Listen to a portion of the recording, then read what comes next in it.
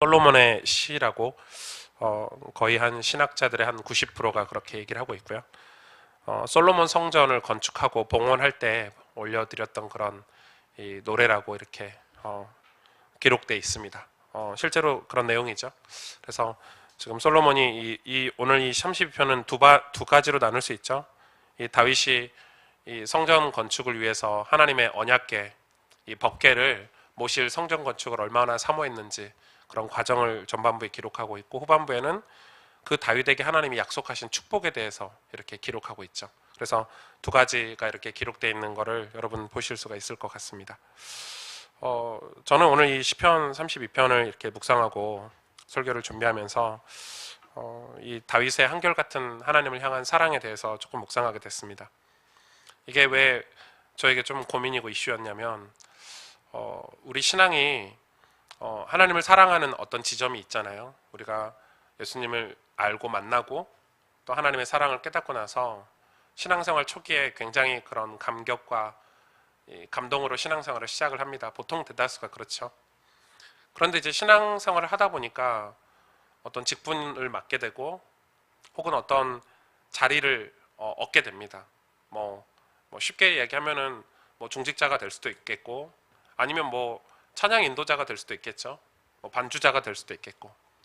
저는 그게 굉장히 위험한 지점이라고 보는 겁니다. 왜냐하면 제가 이 목사 안수를 받고 굉장히 많은 자리를 맡았습니다. 뭐 교회 안과 밖에서. 근데 나중에는 제가 아침에 성경을 읽는데, 예전에는 이 말씀이 너무 달콤하고 좋아서 하나님 사랑하니까 이렇게 읽던 성경이 그런 마음으로 읽는 성경이 아니라 메시지 해야 되니까, 설교해야 되니까 읽는 성경이 돼 있는 거죠. 또 어떤 때 보니까 제가 기도를 하는데 똑같이 기도를 해요.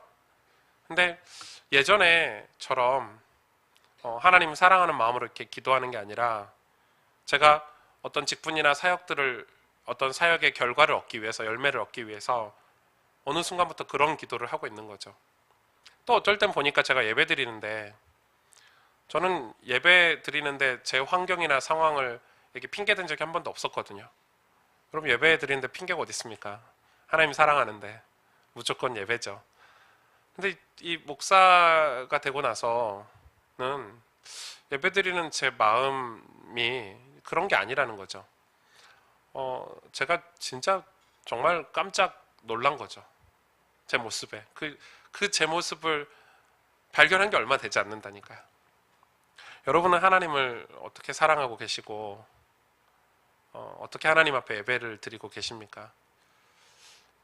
이 언약궤는 어디서 나왔죠? 모세를 통해서 출애굽할 때 언약궤를 들고 나왔죠. 그로부터 400년, 딱 역사적으로 봤을 때 이 400년 뒤의 이야기입니다. 지금 솔로몬이 왕이 돼서 성전을 건축한 게 모세가 출애굽하고 나서의 딱 400년 기간이죠.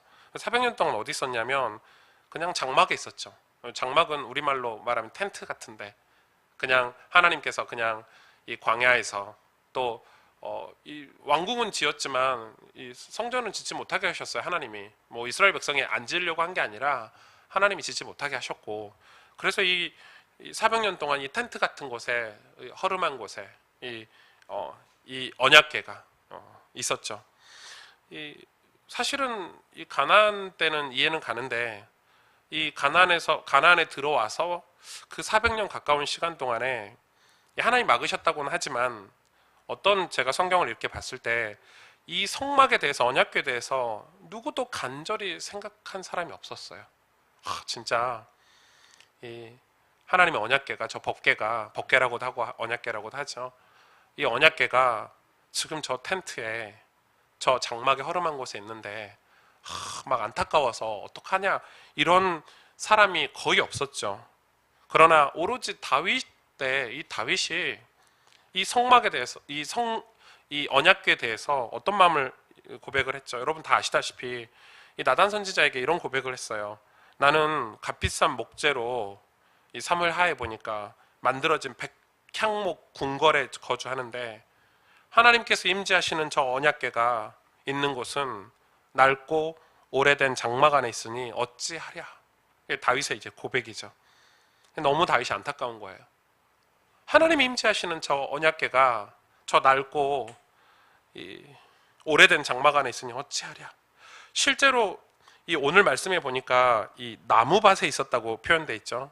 여기 여러분 아시다시피 6절에 보니까 이 에브라다에 있다 함을 들었더니 에브라다에 가보니까 나무밭에 있었어요. 이 나무밭은 기럇 여아림, 이 아비나답의 집이죠. 그 집 터에 그냥 20년 동안 이 언약궤를 잃어버렸는데 그냥 그 집 터에 그냥 이렇게 숲을같이 이렇게 덮여져서 있었던 거예요. 여러분 그런 거를 이제 찾아서 이 다윗이 들고 와서 성전을 짓고 이 성전 안에 이 언약궤를 모시려고 했는데 하나님 막으셨어요. 너는 너무 많은 피를 흘려서 네가 전쟁을 너무 많이 했고 너무 많은 피를 흘려서 너는 성전 건축 허락하지 않았어요. 그래서 다윗이 평생의 소원이 이 언약궤가 하나님 이 성전에 있는, 그래서 이 자기 아들 솔로몬이 왕이 될 때 이 사실 이 성전 지을 준비를 다윗이 거의 다 해놨어요. 솔로몬은 거의 그냥 그거 갖다가 재료 갖다가 성전을 지은 것밖에 안 되죠. 그만큼 다윗은 이 언약궤를 사모했고 이 법궤를 굉장히 사모했어요. 사실 이거는 이 두 가지로 생각할 수가 있어요. 이 다윗이 단지 언약궤 이게 아니라 그 당시 언약궤 상징은 뭐죠? 하나님이 이 구약은 지금처럼 예수 그리스도 성령 이런 시대가 아니기 때문에 이 하나님이 사실은 어디나 계시잖아요. 무소부재하시잖아요. 그렇죠? 어디나 계시지만 그들의 신앙이 어렸기 때문에 이 어린 신앙을 위해서는 하나님이 어딘가 임재해 주셔야 되는데 그 임재를 아무 곳에나 하실 수 없는 거예요. 왜냐하면 지금은 우리가 예수 그리스도를 통해서 우리가 하나님의 성전이 돼서 하나님 우리 마음에 임재하시고 우리 예배 가운데 임재하시지만 구약에서는 하나님 임재하실 곳이 없는 거예요. 그래서 하나님이 이 지성소 하나님의 성막을 건설하고 그 안에 지성소에 이 언약궤를 하나님 우리에게 주셔서 이 언약궤 안에 뭐 십계명도 들어있고 뭐도 있고 이렇게 하죠. 이 언약궤 위에 하나님 임재를 하셨어요. 다시 말해서 이 언약궤의 상징은 하나님의 임재를 상징을 해요. 하나님이 그곳에 임하시는 걸 상징을 하는 거죠. 다윗은 그걸 알았죠. 그걸 알았기 때문에 이 하나님을 이 언약궤가 어떤 의미가 있다는 것을 너무너무 잘 알았어요. 이 하나님이 떠난다 떠나지 않는다, 하나님 우리가 모신다 모시지 않는다가 이 언약궤로 결정이 되는 거예요. 그래서 이 언약궤를 향한 그런 간절한 마음, 사모하는 마음, 이게 이 다윗의 마음이었어요. 이것은 두 가지를 볼 수 있어요. 첫째는 하나님을 향한 다윗의 그런 사랑이죠. 사실은 사랑. 여러분 하나님을 사랑하기 때문에 하나님이 임재하시는 그 언약궤에 대한 관심이 있는 거예요. 여러분 많은 사람들이 그전 신앙, 구약의 그전 신앙 세대는 어떤 시대였냐면 하나님이 우리에게 축복을 주시냐 안 주시냐, 우리에게 벌하시냐 벌하시지 않냐, 다 이런 수준의 신앙이었어요. 그런데 다윗은 그게 아니었어요. 다윗의 신앙은 하나님을 내가 사랑하는데, 내가 하나님을 너무 좋아하는데, 내가 하나님을 가까이 하고 싶은데, 이게 다윗의 신앙의 어떤 특징이죠. 그래서 다윗이 이 하나님을 향한 그 사랑의 고백들이 얼마나 많이 나와 있는지 몰라요. 또 하나는 다윗은 하나님이 제일이었어요. 당연히 하나님 사랑하니까 제일이었죠. 하나님이 2순위, 3순위, 4순위가 아니라 하나님 제일주의였어요. 그러니까 하나님 최고였던 거예요. 다윗에게는 이 하나님이 전부였어요. 어떤 면에서는. 그러니까 이 하나님을 사랑하고 하나님이 제일이었던 이 다윗의 눈에 뭐가 보이죠? 언약궤도 보이고 성전이 없던 것도 보이고. 여러분 우리가 누군가를 사랑하면 보이는 게 있잖아요. 여러분 사랑하지 않으면 보이지 않아요. 사랑하면 저 친구가 추운데 겨울에 장갑을 안 꼈네? 이런 게 보여요. 사랑하면 보인다니까요. 사랑하면 그 사람의 장점도 보이고 단점도 보여요. 단점은 내가 저 단점을 메꿔줘야지. 이게 사랑이죠. 장점도 보여요. 참 좋다. 그래서 그 사랑하는 사람의 장점을 다른 사람들에게 칭찬하죠. 사랑하지 않으면 절대 남의 장점을 이야기하지 않습니다. 경쟁하지. 그거를 감추지. 사랑하기 때문에 소개하고 더 드러내고 싶고. 여러분 사랑은 그렇게 힘이 있는 거예요. 그러니까 이 다윗이 하나님을 사랑하는 것이 어떤 의미가 있는지 우리가 좀 살펴봐야 되겠죠. 그래서 오늘 말씀 보시면 우리 몇 가지를 확인을 해봐야 될 것 같아요. 이 132편에 보니까 1절에 보니까 여호와여 다윗을 위하여 이렇게 고백하고 있죠.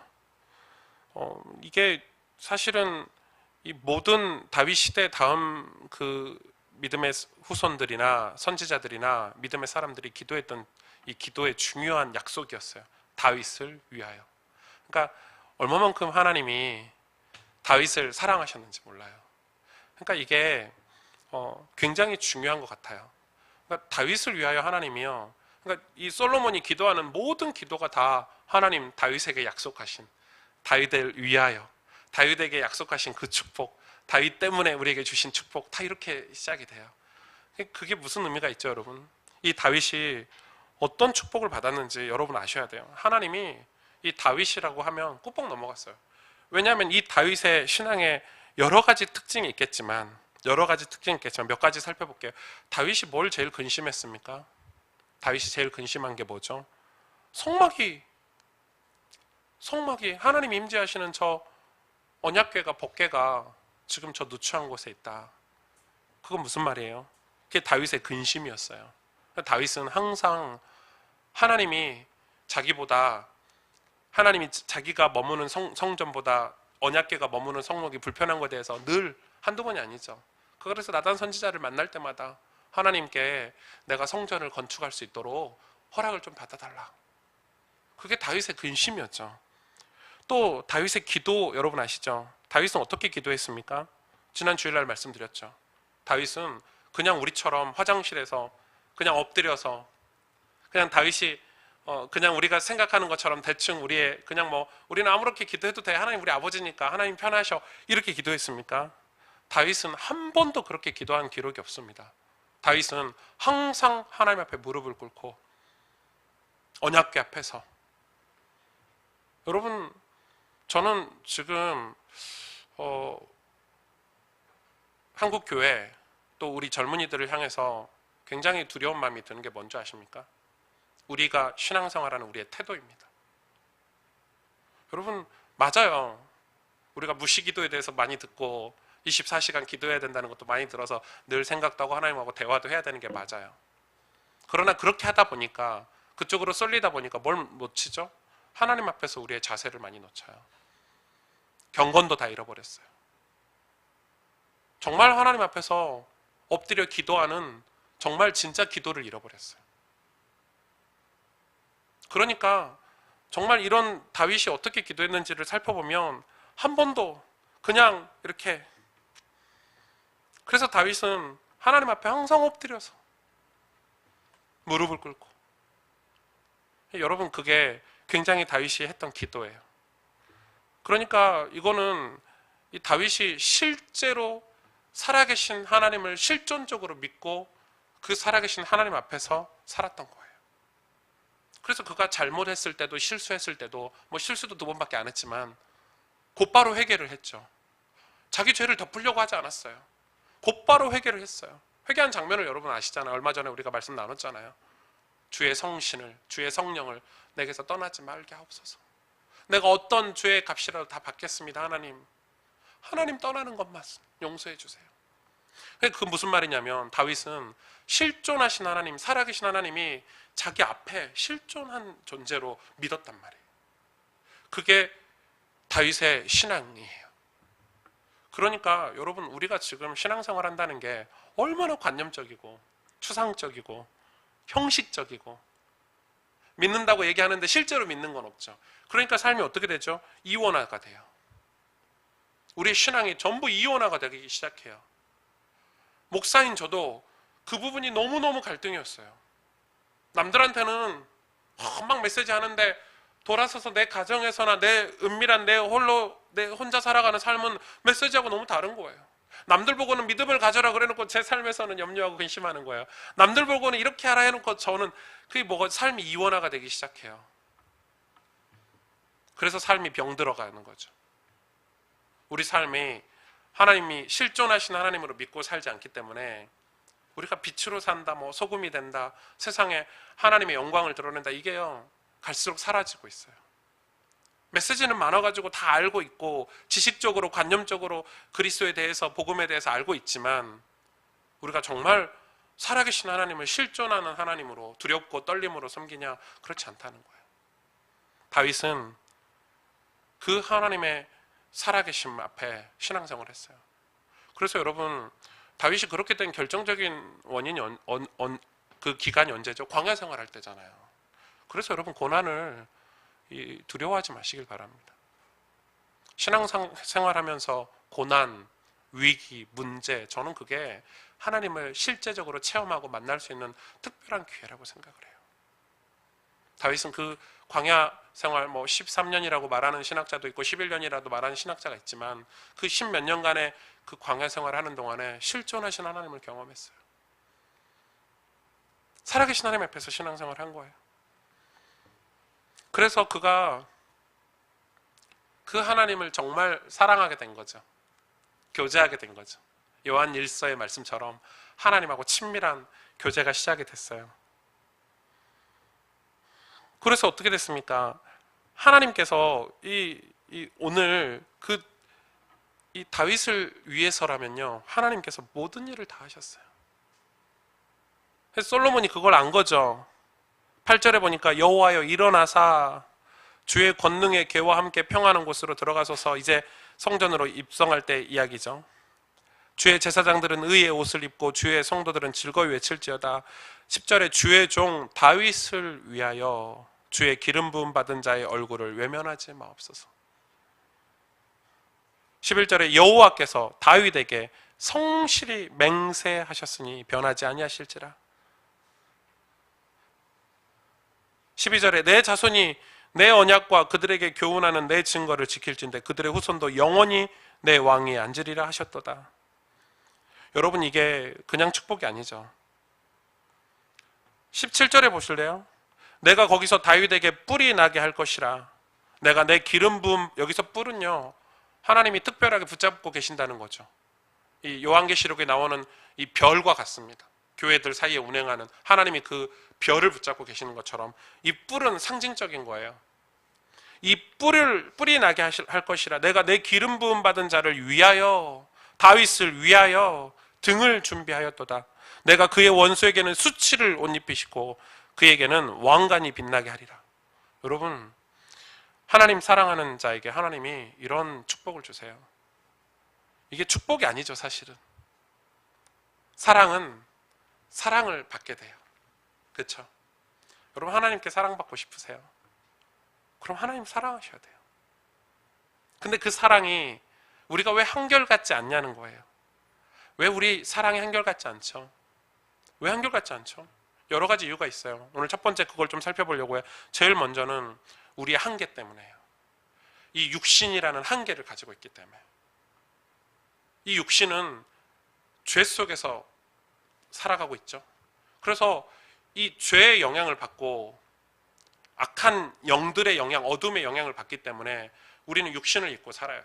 그러니까 이 육신이 다시 말해서 이 죄가 우리에게 굉장히 많은 한계를 줘요. 여러분, 이 한계가 얼마나 큰 줄 아십니까? 제가 그래서 처음에 말씀드렸잖아요. 저는 하나님을 평생 한결같이 사랑하는데 목사라는 직분을 딱 받고 나니까 어떤 자리, 무슨 자리 어떤 자리를 받고 나니까 하나님에 대한 그런 순수한 그 사랑이 다 식어버리더라니까요. 그리고 교만이라는 게 내 안에 들어오고 욕심이 내 안에 들어오고 그것 때문에 기도하고 그것 때문에 예배 드렸지. 그래서 나도 모르게 내 신앙이 변질되는 것을 저는 이게 느꼈어요. 그게 이 육신이 가지고 있는 한계예요. 여러분, 죄를 두려워하시길 바랍니다. 얄팍한 확신을 갖지 마세요. 죄 문제 이미 십자가 해결돼서 알죠? 그걸 지식으로 갖고 계시면 안 돼요. 이 죄가 우리에게 주는 힘은요, 매우 매우 강력해요. 그래서 여러분, 그 대단한 교회를 하고 부흥운동을 하고 그 대단한 헌신했던 분들이 노년에 왜 무너집니까? 죄는 항상 우리가 천국 가기 그날까지 항상 우리 주변에 있다는 걸 아셔야 돼요. 그래서 우리의 신앙이 이런 육신의 한계를 가지고 있다는 걸 우리가 인지하고 살아야 돼요. 그럼 어떻게 해야 됩니까? 그래서 다윗은 항상 은혜를 간구하고 살았어요. 그 육신의 한계를 뛰어넘을 수 있는 것은 은혜밖에 없어요. 그 은혜가 어디서 오죠? 말씀에서 오죠. 그래서 이 다윗은 주야로 주의 말씀을 묵상하고 항상 옆에 선지자를 가까이 두고 하나님의 말씀으로 늘 자기를 깨우쳤어요. 왜냐하면 육신의 한계가 있기 때문에 왕위에 앉아서 순간적으로 놓쳤어요. 야, 하나님이 이렇게 우리를 축복하셨네. 우리 인구가 몇 명인지 인구 조사해봐. 하나님이 얼마나 화내셨는지 여러분 한번 나중에 기록해 보세요. 하나님이 불같이 화내셨어요. 다윗, 네가 감히 인구 조사를 해? 그 말은 뭐죠? 인구조사 자체가 나쁜 게 아니죠. 인구조사 할 수도 있죠. 몇 명인지 궁금하잖아요. 그 말이 아니죠. 다윗의 중심을 깨뜨려 보신 하나님이 그 교만을 보신 거죠. 네가 네 스스로 부강하고 이 나라를 강력하게 했다는 걸 네 스스로 했다고 네 이름을 드러내려고 하는 거냐? 전적으로 내 은혜가 아니냐? 하나님이 하신 게 아니냐? 하나님이 얼마나 화를 내셨는지 몰라요. 너 내가 몇 가지 이 벌을 줄 텐데 네가 선택해. 이렇게 얘기하셨어요. 무슨 말입니까? 우리의 육신이 그렇게 한계가 있다는 거예요. 그래서 우리는 어떻게 해야 되죠? 날마다 은혜의 말씀 앞으로 가야 돼요. 다윗이 여러분 우리 인생이 다윗하고 비교될 수 없죠. 다윗은 이 이스라엘 역대 최고의 왕이었어요. 부강한 나라의 왕이었어요. 그런 다윗이 항상 언약궤 앞에 가서 무릎을 꿇고 기도했다니까요. 다윗의 시가 몇 편인 줄 아십니까? 그런데 우리는 신앙생활을 어떻게 하고 있냐? 그냥 대충 우리가 알고 있는 지식, 어렸을 때 받았던 훈련들. 우리 복음 메시지 알아. 우리 하나님 지켜주시겠지, 축복하시겠지. 우리의 신앙이 얼마나 무분별하고 얼마나 질서가 없으며 얼마나 하나님 앞에 예의가 없으며 얼마나 하나님 앞에 죄송스럽게 신앙생활을 하는지. 여러분, 그거를 제가 지금 율법을 얘기하는 게 아닙니다. 제가 단지 지금 율법을 얘기하는 게 아니에요. 여러분 생각해 보세요. 여러분 일주일 동안 하나님 앞에 몇 번이나 엎드리십니까? 아니, 살아계신 하나님 앞에 우리 인생의 생사화복을 주관하시고 우리에게 축복을 주시기도 하시고 우리에게 저주를 주시기도 하시는 그 책임자께서, 창조주께서 우리 인생을 붙잡고 계신 하나님 앞에 우리가 몇 번이나 무릎 꿇고 기도하고 있습니까? 그 말은 하나님 안 믿는다는 거죠. 내 자녀들을 축복하고 내 미래를 축복하시는 분이 하나님이라고 실제로는 안 믿는 거예요. 그러니까 내 열심으로 사는 거예요. 그냥 학원 가고 일하고 내 지식을 동원해서 사는 게 훨씬 내 미래에 더 도움될 거라고 생각하기 때문에 하나님 앞에 무릎 꿇는 거를 2순위, 3순위, 4순위로 제끼고 사는 거죠. 여러분, 아이러니하게 무식한 우리 부모님 세대, 우리 부모님 전 세대, 무식하고 가진 거 없고 배운 거 없고 새벽마다 교회 앞에서 엎드리고 매일 밤마다 교회 앞에서 엎드려서 기도했던 그분들이 우리보다 더 많은 응답을 받은 거 아세요? 지금은 교회도 많고 프로그램도 많고 훨씬 더 지식인들, 엘리트들이 많지만 이상하죠? 사회 문제가 더 많아요. 더 평안도 없고 행복도 없고 축복되다고 말할 수 없어요. 지금은 이 대한민국은. 왜 그렇죠? 기도하는 사람이 없어서 그래요.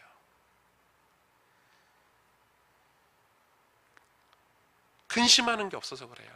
하나님을 위해서. 여러분, 다윗처럼 근심하는 그 근심이 없어서 그렇다니까요.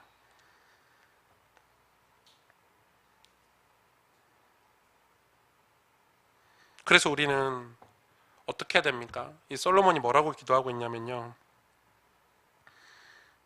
5절에 보니까 여호와의 처소. 처소는 이 집이잖아요. 집, 그죠? 여호와께서 계시는, 머물러 계시는 처소, 성막, 법궤, 언약궤, 그 여호와의 처소, 곧 야곱의 전능자의 성막을 발견하기까지 하리라, 이렇게 얘기했어요. 언제? 누가요? 누가 이렇게 간절히 기도했죠? 다윗이요. 4절 보실래요? 내 눈으로 잠들게 하지 아니하며 내 눈꺼풀로 졸게 하지 아니하기를. 다윗이 한 고백이에요.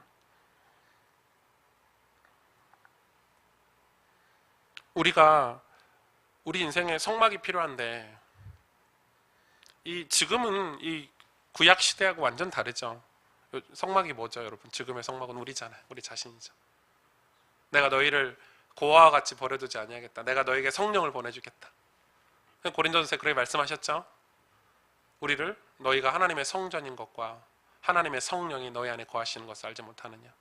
다시 말해서 지금은 예수 그리스도의 복음을 통해서 하나님의 말씀이 육신으로 오셔서 우리 가운데 오셔서 이제 하나님의 은혜도 보고 하나님의 영광도 볼 수 있는 우리 자신이 이제 성전이 됐어요. 하나님의 성전, 성막이 됐어요. 그래서 하나님이 이제 우리 안에 거하세요. 성령으로. 근데 만약에 이 성막이 있어요. 여러분 실제로 예루살렘 성전, 우리가 지금 마가복음을 통해서 공부하고 있는 예루살렘 성전이 그게 진짜 성전인가요? 성전 아니죠. 그건 성전이 아니에요. 하나님이 거기에 거하시지 않으니까. 이해가 가세요? 하나님이 거하셔야지만이 성전이에요. 솔로몬 성전, 하나님이 거하시지 않으면 그건 성전이 아니에요. 누추하더라도, 저 처소라도, 아니 저 아비나답의 집 마당에 있더라도 거기에 하나님이 임재하시면 거기가 하나님의 성전이 되는 거예요. 그래서 우리가 두 번째 우리가 기억해야 될 거예요. 우리가 하나님의 성전으로 살아야 돼요. 전능자께서 임하시는 하나님의 여호와의 처소로 우리가 살아야 되는데, 하나님이 없으면, 하나님이 우리 삶에 안 계시면 그거는 성전이 아니에요. 그래서 바리새인들 보고 종교 지도자들 보고 뭐라고 얘기했습니까? 독사의 자식들아. 그 말은 무슨 말이에요? 하나님이 안 계시다는 거예요. 자기들은 성전에서 살고 성전에서 권세를 부리고 살고 거기서 예배도 드리고 기도도 하고 하나님께 예물도 드렸지만 그들 마음에 하나님이 계시지 않았기 때문에, 그들 성전에 하나님이 머물러 계시지 않았기 때문에 독사의 자식들아, 예수 그리스도께서 나는 너희들을 도무지 알지 못한다 이렇게 얘기했어요. 우리 삶에 하나님의 임재가 있어야 돼요. 하나님 떠나십니까? 안 떠나세요.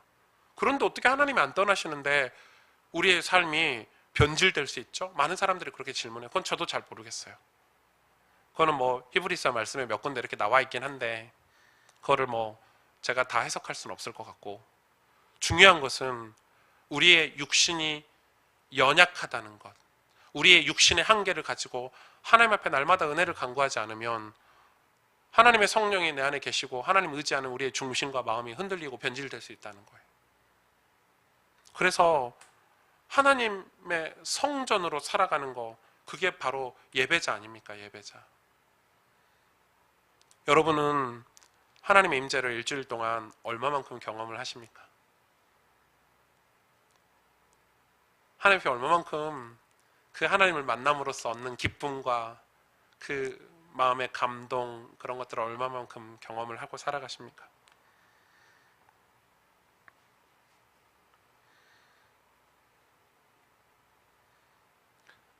그게 우리에게 오늘 중요한 하나님 우리에게 주신 메시지가 아닌가 그렇게 생각합니다. 그 이탈리아 영화를 제가 한번 본 적이 있는데요. 그 달콤한 인생이라고 이탈리아 영화인데 거기 보면 이런 장면이 나와요.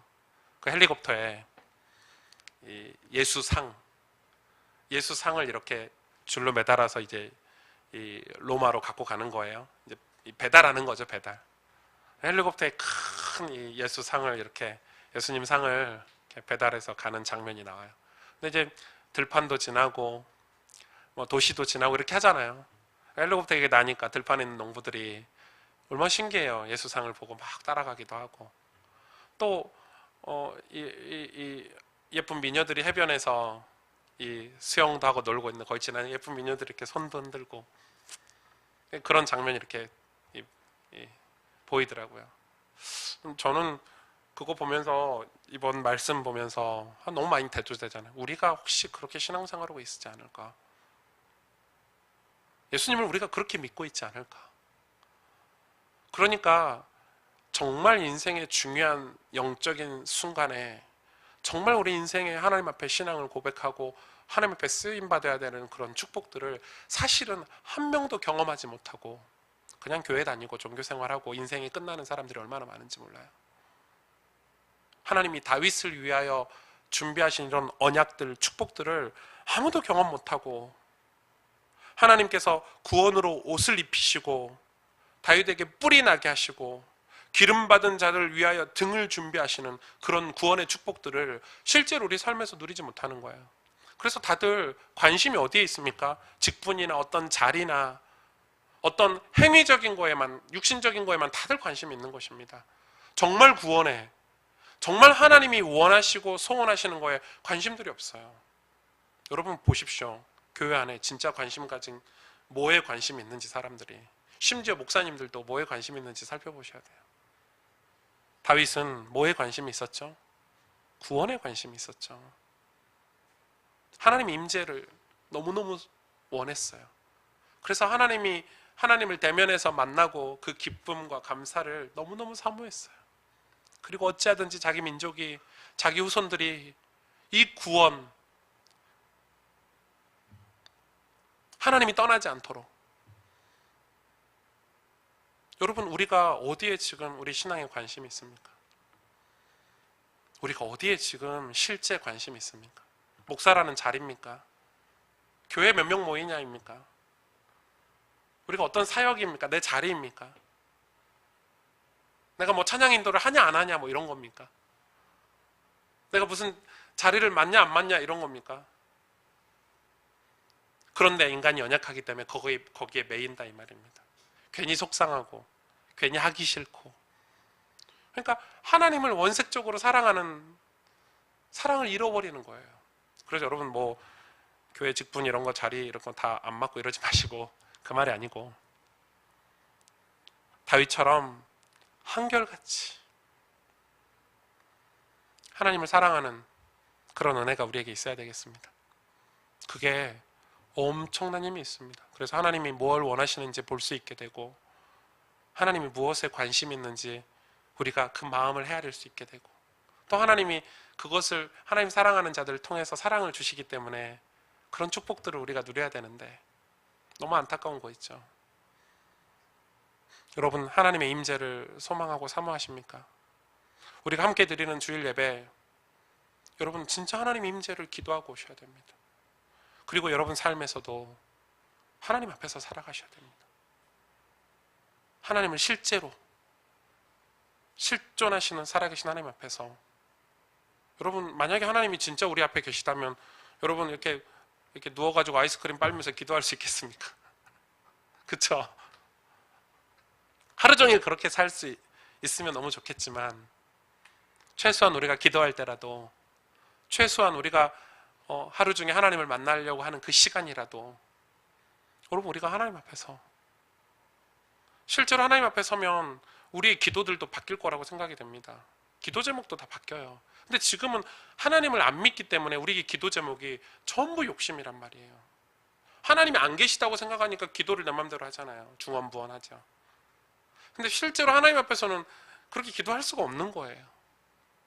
그래서 여러분, 우리의 신앙이 내가 하나님의 성전이라는 걸 사실을 여러분 진짜 믿는다면, 하나님의 임재를 갈망하고 소망한다면 우리가 우리의 신앙을 그렇게 생활을 해야 돼요. 그래서 저는 젊은이들에게 얘기해 주고 싶어요. 하나님을 두렵고 떨림으로 섬겨야 돼요. 하나님 앞에 예의를 갖추셔야 돼요. 하나님을 경외하고 경배해야 돼요. 여러분, 하나님을 두려워하셔야 돼요. 하나님 우리 인생의 생사화복을 주관하고 계시고 우리의 창조주시잖아요.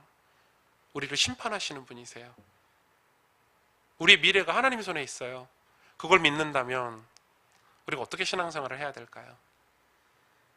그쵸? 오늘 말씀을, 우리 짧은 말씀이지만은 이 132편의 말씀을 통해서 우리가 중요한 우리 마음의 기도 제목들을, 우리 신앙을 조금 점검할 수 있었으면 좋겠고, 내가 정말 하나님을 어떻게 사랑하고 있는지, 내가 정말 하나님을 어떻게 간절히 사모하고 있는지, 내가 하나님의 임재를 진짜 원하고 있는지, 그래서 하나님의 소원이 무엇인지 그것을 위해서 살고 있는지 우리가 오늘 이 말씀을 통해서 점검하고 하나님 앞에 우리가 함께 기도해야 될 것 같습니다. 우리 함께 기도할까요?